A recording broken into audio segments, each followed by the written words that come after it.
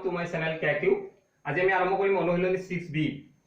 তাৰে 1 নম্বৰ কোৱেশ্চনটো আছে সত্য অসত্য লিখা, ট্ৰু ফলছ লিখিব দিছে। নম্বৰ A টোত আছে নিখুঁত বৰ্গ এটাৰ বৰ্গমূল দুটা থাকে। এটো কি হ'ব?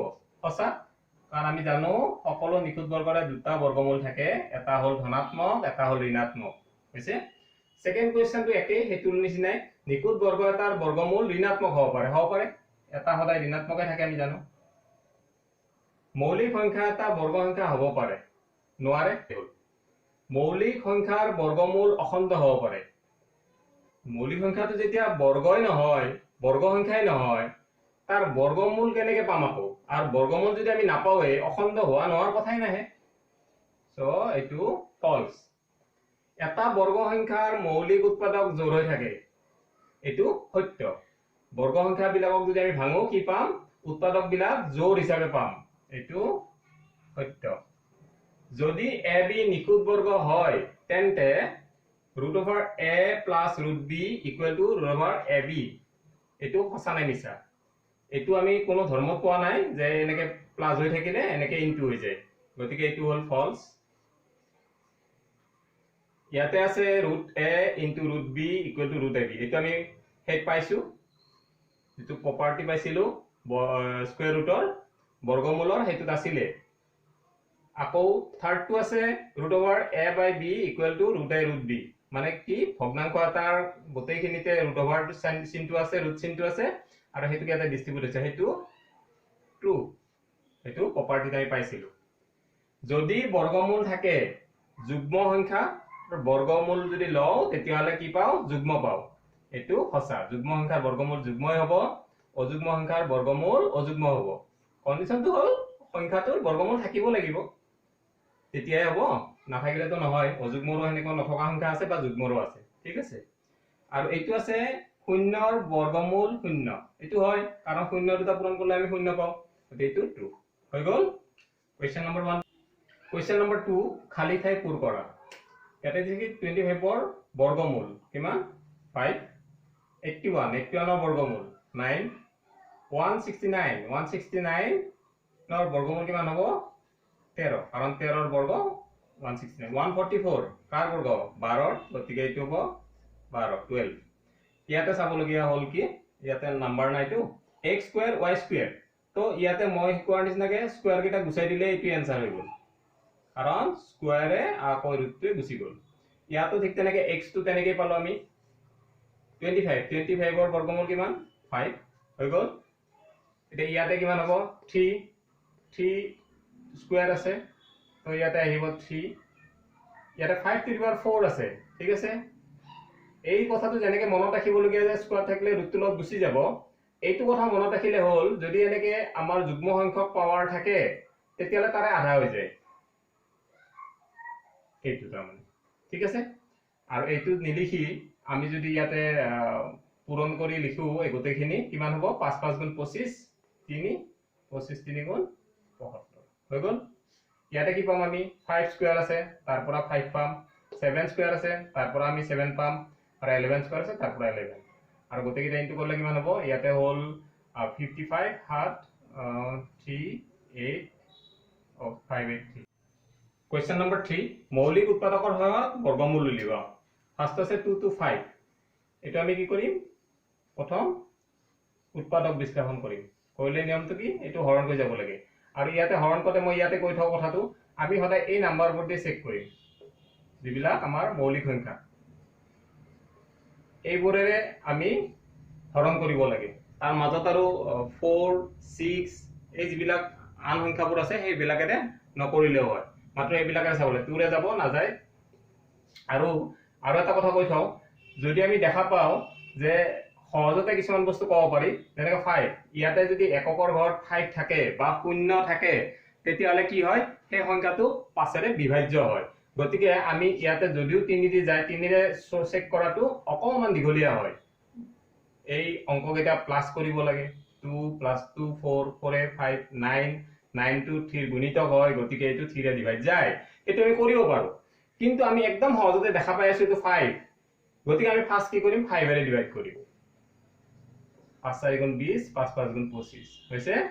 এগেইন 5 5 9 গুণ 45 এটা কি হল আমাৰ অলপ উজু হৈ গল 3 ৰে আগতে কৰিব গলে ভেজাল হয় গতিকে যেটো আমি সহজতে দেখা পাও গতিকে 5 টো আমি গম পাইছো গতিকে 5 ৰে আমি ফাৰ্স্ট কৰিছো তাৰ অটোমেটিক্যালি বাকিখিনি হৈ যাব তো এতিয়া আমি লিখা ধৰণটো মই দেখাই দিছো আমি এইটো পালো এতিয়া কি কৰিম 5 2 to 5 আছিলে তাৰমানে আমাক এইটো লাগে √225 ইয়াতে লিখোতে কি কৰিম ইয়াৰ পৰা যেতিয়া লিখিম তেতিয়া আমি ইয়াতে চালে হল ইয়াতে আমি জোৰ হিচাপে দেখা পাম উৎপাদক বিলাক জোৰ হিচাপে দেখা পাম এ জোৰ গতিকে আমি ইয়াতে ডাইৰেক্ট 5 স্কয়াৰ লিখিলো এ জোৰ ইনটু 3 স্কয়াৰ হৈ গল এইখিনি লিখি লোৱাৰ পিছত কাম আৰু বিশেষ নাই ইয়াতে কি পাম এতিয়া 5 স্কয়াৰ আছে 3 স্কয়াৰ আছে ইয়াৰ পৰা বৰ্গমূল লাগি পাম 5 পাম স্কয়াৰটো গুচি যাব 3 স্কয়াৰ আছে 3 পাম তাৰ মানে কিমান পালো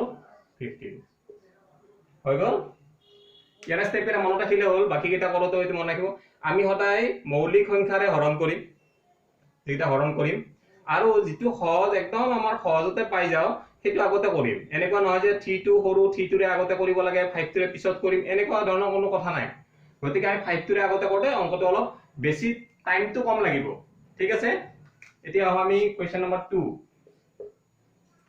2 টো কি আছিল 1089 হৈ গল এগেন 1089 টো আমি এতিয়া উৎপাদক বিশ্লেষণ কৰিম 1089 ইয়াতে হেনেকে আগৰটো নিচিনা সহজকে যোৱাত নাই 5 ৰে না যায় 2 ৰে না যায় কাৰণ এটো যুগ্ম সংখ্যা নাই 3 ৰে আমি চেক কৰিব লাগিব এতিয়া 1 + 8 9 9 + 9 18 18 টো কি হয় 3 গুণিত হয় গতিকে 3 ৰে এটো ডিভাইড যাব মানে বিভাজ্য হ'ব 3 3 গুণ 9 1 রোল 18 3 6 গুণ 18 3 3 গুণ 9 এগেইন 3 ৰে যাব 1 2 1 এগেইন কি হেৰে যাব 2 ৰে না যায় 3 ৰে না যায় 5 না যায় 7 ৰে না যায় তারপর 7 এর পিছত আমি কি চাম হেতু সদায় টাইম টু সেভ হ'ব 7 এর পিছত আমি চেক কৰিম কি হেৰে 9 সেভ কৰি একো কৰিব নালাগে 11 তো 11 এ যদি চাও 11 11 যায় 121 গতি ইয়াতে আমাৰ কামটো হৈ গল ইয়াতে কি লিখিম 3 square into 11 square equal to কিমান হ'ব 3 ইনটু 11 ইকুৱেল টু কিমান হল 33 হৈ গল থাৰ্ড ওয়ান থাৰ্ডটো কি আছে 1764 ওকে এতিয়া আমি 1764 টো কৰিম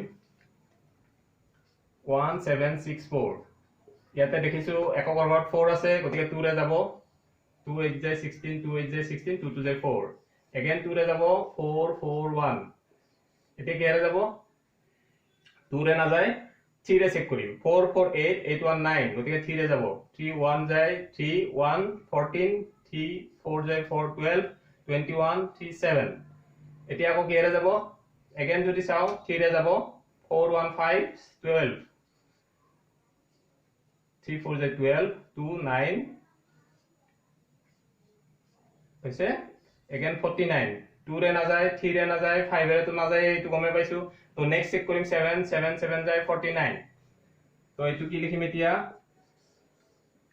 2 square 3 square 7 square equal to কি হ'ব 2 ইনটু 3 ইনটু 7 ইকুৱেল টু 42 হৈ গল এইটো আমাৰ 32 হৈ গল এতিয়া নেক্সট 4 আছে 4900 4900 4 টো কি আছে 4900 এতিয়া এটো কৰিম 4900 0 আছে সো 5 এৰে যাব 5 9 গুণ 45 5 8 গুণ 40 শূন্য এগেইন 5 এৰে যাব 5 1 গুণ 5 48 5 9 গুণ 45 3 30 5 6 গুণ 30 এতিয়া কি হেৰে যাব এটা আমি যদি চাও 2 ৰে যাব 6 আছে 2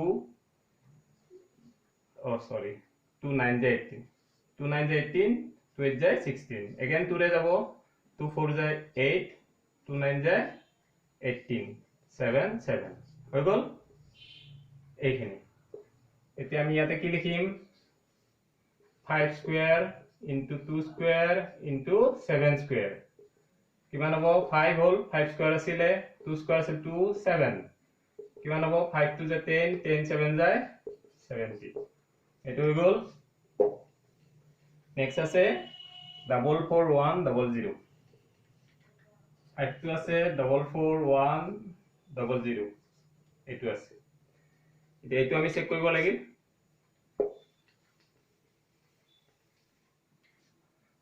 44100 5 এরা যাব 40 5 8 গুণ 40 5 2 গুণ 10 0 again 5 এরা যাব 5 1 গুণ 5 3 5 8 গুণ 35 5 6 গুণ 30 5 4 গুণ 20 2 রে যাব 2 8 গুণ 16 2 8 গুণ 16 2 গুণ 4 again 2 রে যাব 4 গুণ 8 4 গুণ 8 1 হইছে এটা এটো কেরে যাব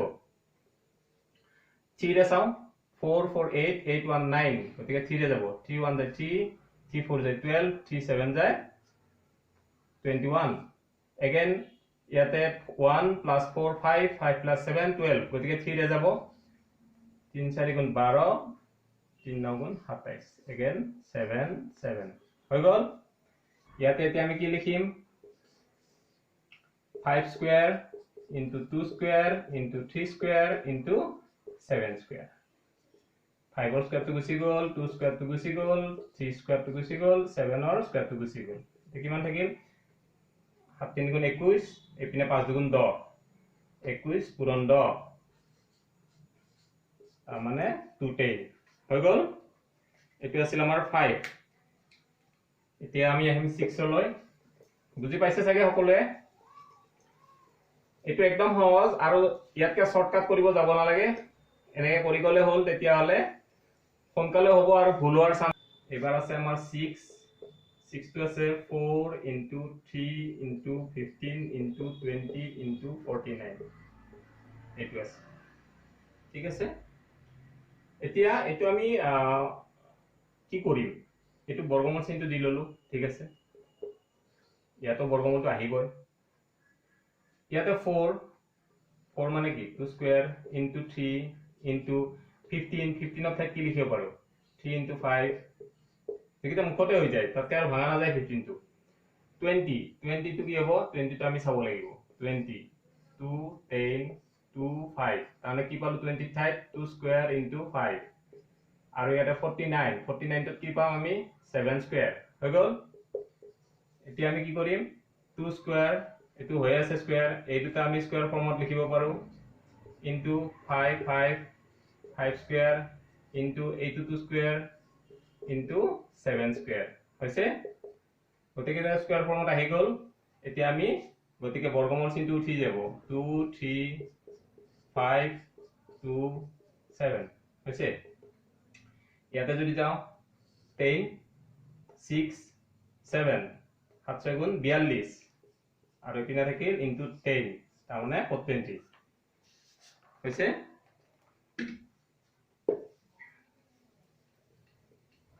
এতিয়া নেক্সট তো আমি আহো লাস্ট টু ইয়াৰে থিৰ কোৱেশ্চন নম্বৰ 7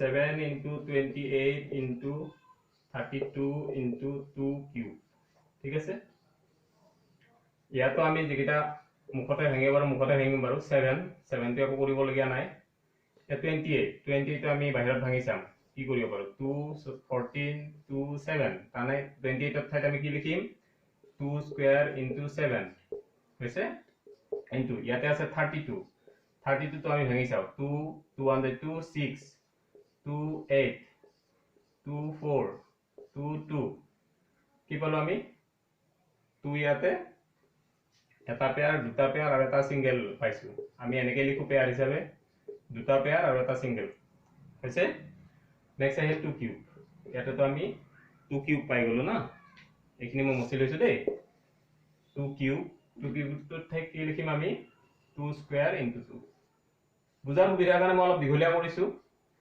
যাতে বুজাত ভুল নহয় হইছে এতিয়া আমি চাম কি